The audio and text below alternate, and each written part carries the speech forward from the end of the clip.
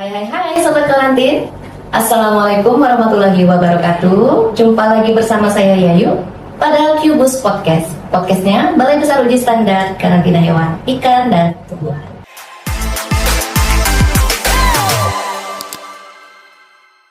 Kali ini saya ditemani oleh rekan saya, Dr. Hewan Muhammad Nova Raditya MSc, Dr. Hewan Karantina, ahli muda pada Balai Besar Uji Standar Karantina Hewan, Ikan, dan Tumbuhan. Hai Dok Nova. Saya panggil Dok Nova aja ya Dok ya. Siap. Apa kabar Dok? Alhamdulillah baik. Terima kasih Dok Nova sudah menemani saya dan Sobat Karantin pada Cubus Podcast episode keempat hari ini. Sobat Karantin, Dok Nova adalah dokter hewan karantina ahli muda pada Balai Besar Uji Standar Karantina Hewan, Ikan, dan Tumbuhan. Beliau juga sebagai Ketua Tim Validasi Metode Pengujian PCR PMK dan PCR ASF, benar ya Dok ya? Dan juga anggota validasi metode Lumpy Skin Disease pada Bagus Kahir. Dok, langsung aja kita bincang-bincang ya. Sebentar lagi kan kita akan merayakan umat muslim, akan merayakan Hari Raya Idul Adha tanggal 6 Juni ya kalau nggak salah ya, tahun 2025. Sudah melakukan persiapan apa nih Dok? Biasanya kurban nggak dokter? Jadi sebenarnya kalau saya alhamdulillah langganan sama teman-teman sama bapak-bapak di komplek itu kita tiap tahunnya untuk persiapan hewan kurban. Jadi memang saya juga inilah membantu untuk terutama dalam pencarian hewan kurban yang sehat, yang memenuhi syarat. Jadi insya Allah dapat mendapatkan hewan kurban yang paling terbaik. Rutin setiap? Insya Allah. Alhamdulillah. Nah, pastinya ini kan saya nih Dok, mungkin juga Sobat Karantin di luar sana bingung seperti apa sih Dok hewan kurban yang aman dan sehat. Apakah ada tips-tipsnya dari Dok Nova supaya kita ini kalau mau berkurban itu nggak was-was, karena kan kalau kurban itu bisa bingung sebagai ketaatan sebagai umat muslim juga kan kita harus memikirkan kesejahteraan dan kesehatan masyarakat ya, karena kan daging kurban yang kita bagikan itu nanti akan dikonsumsi oleh masyarakat. Nah, apa tips-tipsnya Dok dalam memilih hewan kurban? Baik, jadi kalau untuk hewan kurban sendiri kan sebenarnya prinsipnya utamanya itu kita ingin yang terbaik. Yang terbaik ini syaratnya seperti apa? Nah, selanjutnya bisa kita jabarkan. Jadi yang pertama yang jelas hewan itu sudah memenuhi umurnya. Kalau untuk kambing domba itu minimal 1 tahun. Kalau untuk sapi itu minimal 2 tahun. Nah, umur ini biasanya bisa kita cek bisa dari tanduknya, lingkar tanduk, atau dari giginya. Nah, paling gampang karena nggak semua hewan kurban itu ada tanduknya, tergantung jenis rasnya, jadi bisa dilihat dari giginya. Nah, gigi seri itu gigi yang paling depan itu. Nah, nanti kalau untuk kambing domba 1 tahun, biasanya dia udah tanggal 1 pasang. Kalau untuk sapi 2 tahun itu ditandai juga dengan tanggalnya gigi seri bagian depan itu 1 pasang. Jadi biasanya kita cek mulutnya, kita cek giginya untuk memastikan umurnya sudah masuk. Kemudian yang berikutnya adalah harus sehat. Harus sehat, jadi kondisinya baik, tidak ada ciri-ciri dia sedang sakit. Itu biasanya bisa kita cek dari dari fisiknya, dari kepala kita cek, dari bola matanya apakah bersinar atau lesu. Kalau sehat ya jelas dia pancarnya bersinar gitu, nggak lesu, layu gitu. Kemudian dari permukaan badannya apakah ada bintil-bintil, apakah ada luka atau seperti apa. Kemudian kalau kita bisa memastikan agak cara yang lebih mudah itu kita bisa cek suhunya di daerah pangkal ekor. Itu biasanya kita bisa melihat tanda-tanda demam. Sebenarnya untuk pastinya dengan termometer, tapi kalau untuk teman-teman yang nggak ada termometer misalnya bisa dicek di situ. Itu bisa dengan termometer masyarakat umum kayak saya bisa? Sebenarnya bisa, tapi kan termometer itu yang lebih akurat adalah masuk ke anusnya. Nah, kalau untuk masyarakat awam kan mungkin agak susah untuk mengecek seperti itu. Jadi bisa dengan memegang pangkal ekornya, itu bisa menjadi tanda-tanda awal adanya demam. Nah, demam ini bisa menjadi tanda-tanda berbagai macam penyakit. Awal misal penyakit mulut dan kuku atau PMK itu awalnya juga demam. LSD awalnya juga demam. Bahkan penyakit antraks juga disertai dengan demam. Jadi demam ini arahnya bisa macam-macam. Ini bisa jadi indikator awal lah untuk hewan sakit. Nah, Jadi biasanya kita cek situ di lapangan, itu gampang, jadi Bapak Ibu di rumah bisa memperhatikannya langsung dengan cek itu. Kemudian selain sehat, yang terakhir tidak cacat. Nah, tidak cacat ini biasanya kita cek dari bagian kepalanya itu tidak, terutama di telinga, biasanya kadang ada yang robek, ada yang patah. Nah, itu tidak boleh lebih dari sepertiga telinganya. Kemudian ekor juga harus utuh, tidak boleh patah atau hilang sepertiga, lebih dari sepertiganya. Kemudian dari cara berjalannya juga dia tidak pincang, dia bisa berjalan sempurna. Nah, cara mengeceknya adalah ya diajak jalan di tarik. Kalau memungkinkan dilihat ininya. Paling gampang dilihat cara berjalannya apakah ada tanda kepincangan atau tidak. Kemudian dari testisnya, karena kan ini untuk kurban kan jantan, harus jantan. Oh, nggak boleh perempuan. Perempuan yang betina. Nah, itu kan harus jantan. Jadi bisa dilihat dari testisnya itu harus lengkap buah. Jadi kadang ada yang cacat lah istilahnya, itu testisnya cuma ada satu. Nah, jadi itu harus utuh juga. Itu beberapa tips untuk mencari hewan kurban. Tadi kan dokter sudah menginformasikan ke kita ciri-ciri tampak-tampak fisik dari luar ya. Nah, kalau untuk penyakit, kan ada berbagai macam penyakit hewan nih dok. Ada tadi dokter sebutkan penyakit mulut dan kuku, mungkin ada penyakit lain seperti lumpy skin disease, antrak atau brucellosis kali ini. Nah, itu kan mungkin nih saya sebagai masyarakat awam juga, penyakit-penyakit yang saya sebutkan tadi kan tidak nampak atau tidak kelihatan secara fisikly. Nah, itu gimana dok memastikan bahwa hewan kurban saya ini, sapi saya ini bebas dari antrak? Atau kambing saya bebas dari, maaf kalau salah penyakitnya, LSD atau apa. Itu bagaimana dok memastikannya? Nah, sebenarnya kalau untuk masing-masing penyakit itu ada tanda klinisnya. Seperti misalnya lumpy skin disease, tanda klinisnya itu ada benjol-benjolan di kulit. Kemudian kalau untuk penyakit mulut dan kuku itu ada luka lepuh di daerah mulut atau di daerah antara jarinya. Jadi itu beberapa contoh yang patognomis. Tapi karena beberapa ada yang dia belum menunjukkan gejala klinis. Ada bisa jadi memang sifat penyakitnya subklinis. Subklinis ini artinya tidak ada gejala klinisnya. Bisa jadi dia dalam proses penyakit. Jadi kalau ketika misal, nah gitu. Jadi misal ada sapi terus tertular virus PMK, terpapar virus PMK, itu tidak serta-merta langsung keluar gejala klinis. Dia butuh waktu. Ada namanya masa inkubasi. Itu waktu antara agen infeksi itu mendedah atau memapar si inangnya sampai si inang menunjukkan gejala klinis. Nah, ini yang kadang agak tricky kan. Dia tidak menunjukkan gejala klinis, tapi sebenarnya dia sudah terpapar. Antara tadi memang jenis penyakit dia, jenis infeksinya subklinis, memang nggak menunjukkan, atau memang dalam proses masa inkubasi itu. Nah, kalau klinis tadi jelas dari fisiknya sudah terlihat. Tapi kalau subklinis ya memang harus dilakukan pengujian lab untuk memastikan. Nah, penyakit-penyakit yang saya sebutkan tadi dok, MD, antrak, brucellosis, LSD, itu misalkan kalau misalkan amit-amit ya dok ya, saya kurban kambing nih, tanpa sepengetahuan saya tiba-tiba ternyata kambing kurban saya itu berpenyakit PMK atau LSD atau brucellosis, itu zoonosis nggak sih? Atau menular ke kita nggak yang konsumsi? Nah, di hewan ternak itu penyakitnya ada bermacam-macam, terutama yang menyerang hewan kurban ya, karena saat ini kan momennya di hewan kurban.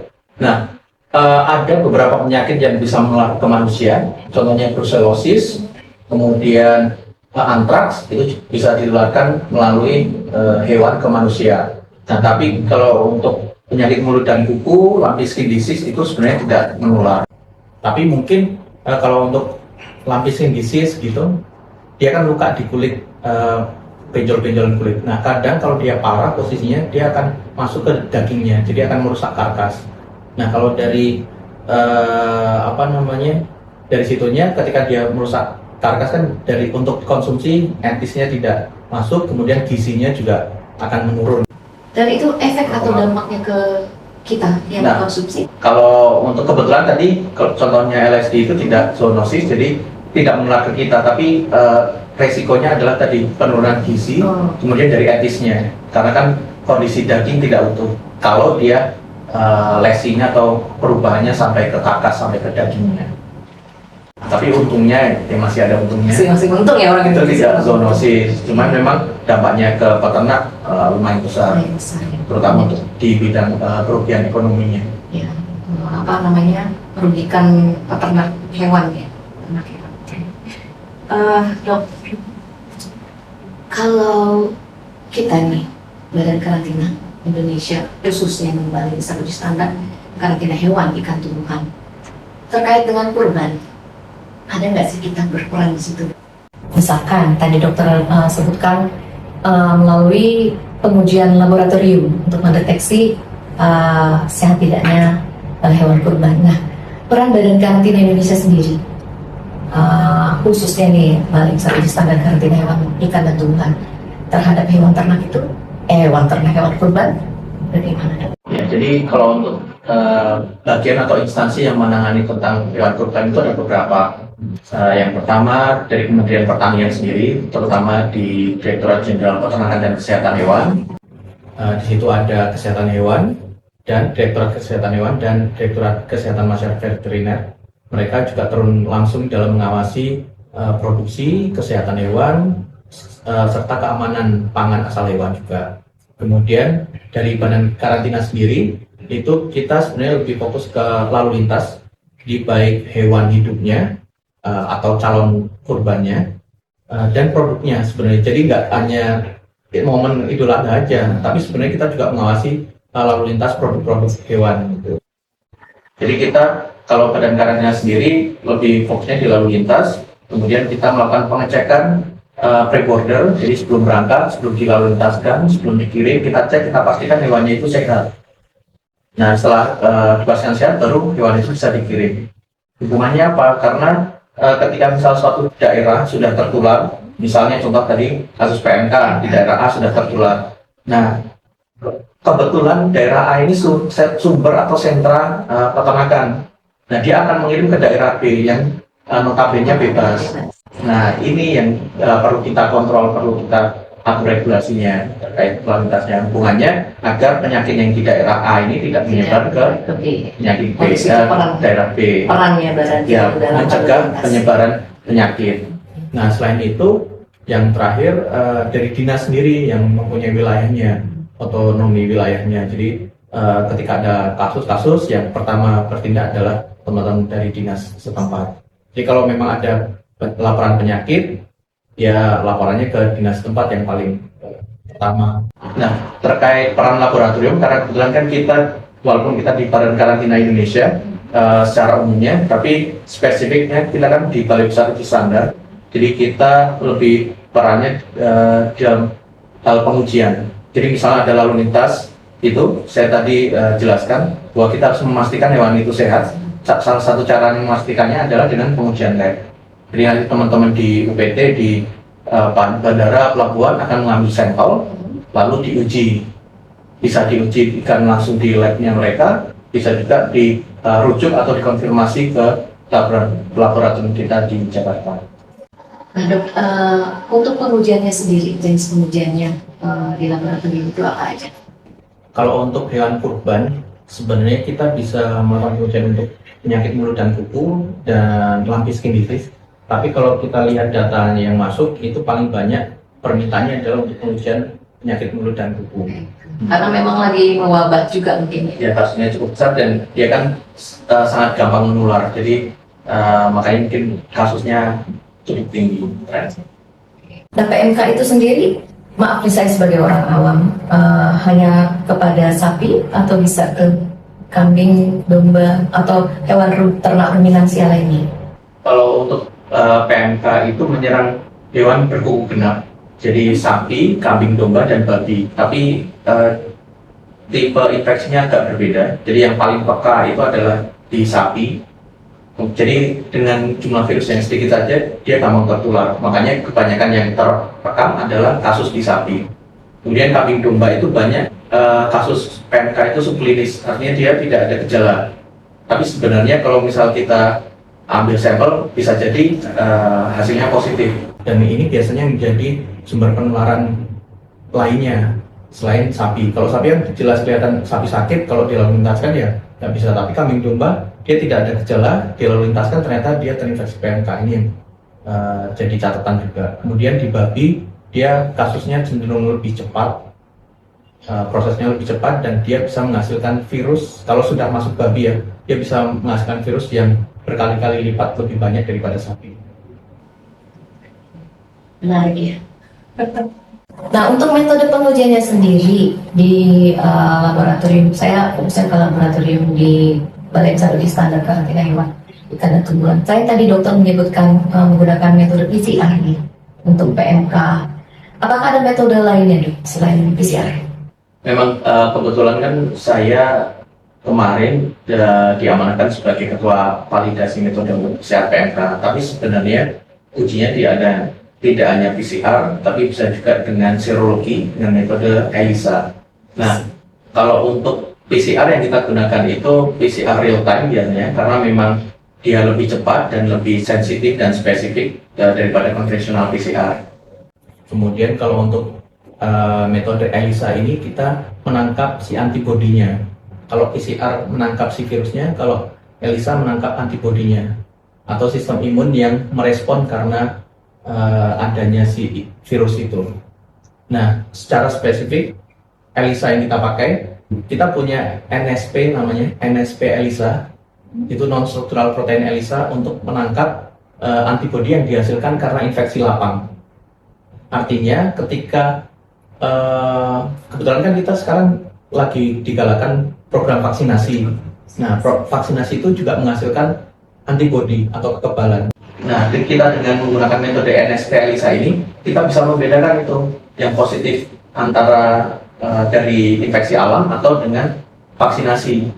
Nah, kalau NSP ELISA ini ketika hasilnya positif itu berarti benar-benar dari infeksi lapang, bukan karena vaksinasinya.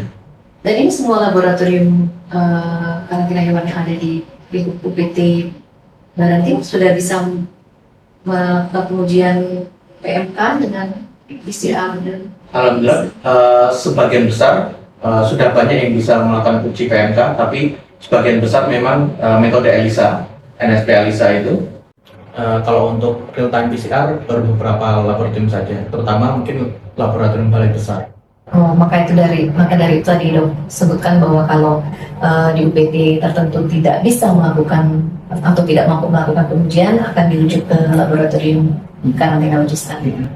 Nah, Dok, terakhir nih saya mau tanya, menurut Dok Nova sendiri kesadaran masyarakat kita ini terhadap pentingnya kesehatan hewan kurban itu seperti apa?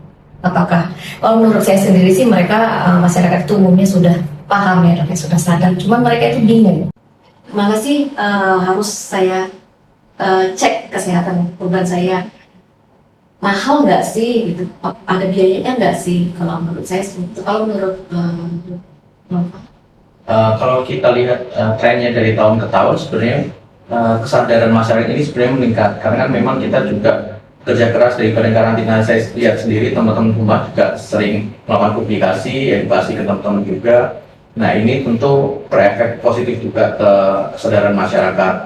Nah, kalau untuk biaya sendiri mungkin kalau ada yang masih ragu maju mundur ini mau diperiksakan atau mau diujikan, nah itu sebenarnya kita transparan sekarang sistemnya. Semua tarif itu ada di PMK nomor 27 tahun 2024, itu peraturan Menteri Keuangan yang terbaru terkait tarif tindakan karantina. itu bisa dilihat di websitenya Barantim. Bisa di websitenya Barantim, websitenya itu sendiri ada. Kemudian di portal hukum-hukum itu juga banyaknya. Jadi sangat gampang, tinggal ketik aja tarif PNBP karantina itu ada. Wah, Dok Nova, ternyata Badan Karantina Indonesia sendiri itu cukup aktif ya, Dok, ya? Mengawal dan mengawasi kesehatan dan keamanan hewan kurban. Ya, jadi memang sudah menjadi tugas pokoknya Badan Karantina Indonesia dalam memastikan hewan dan produknya itu yang dilalu lintaskan aman, sehat, terhindar dari penyakit hewan. Setiap tahunnya kita. Setiap tahunnya, jadi apalagi dalam masa-masa Idul Adha ini untuk persiapan kurban ini kita kerjanya ekstra lagi dalam melakukan pengawasan. Nah, Sobat Karantin, kita telah dengarkan panjang lebar penjelasan dari Dok Nova peran penting Badan Karantina Indonesia dan tidak kalah juga peran Balai Besar Uji Standar ya, Dok, dalam mengawal, mengawasi kesehatan dan keamanan hewan kurban. Sobat Karantin, saya rasa cukup sekian acara podcast kita hari ini ya Dok Nova. Sangat informatif Dok, sangat membantu. Semoga bermanfaat. Pastinya, apalagi untuk kita masyarakat awam ya. Jadi Sobat Karantin, jadilah konsumen yang cerdas dan bertanggung jawab dengan memastikan hewan kurban Sobat Karantin aman dan sehat. Dan jangan lupa terus kepoin podcast Balai Besar Uji Standar Karantina Hewan dan Tumbuhan. Jika ingin mengobrol lebih lanjut atau mengenal lebih lanjut Dokter Nova, bisa melalui chat ya Dokter Nova di nomor WhatsApp yang akan kami tayangkan di akhir podcast. Terus kepoin kami.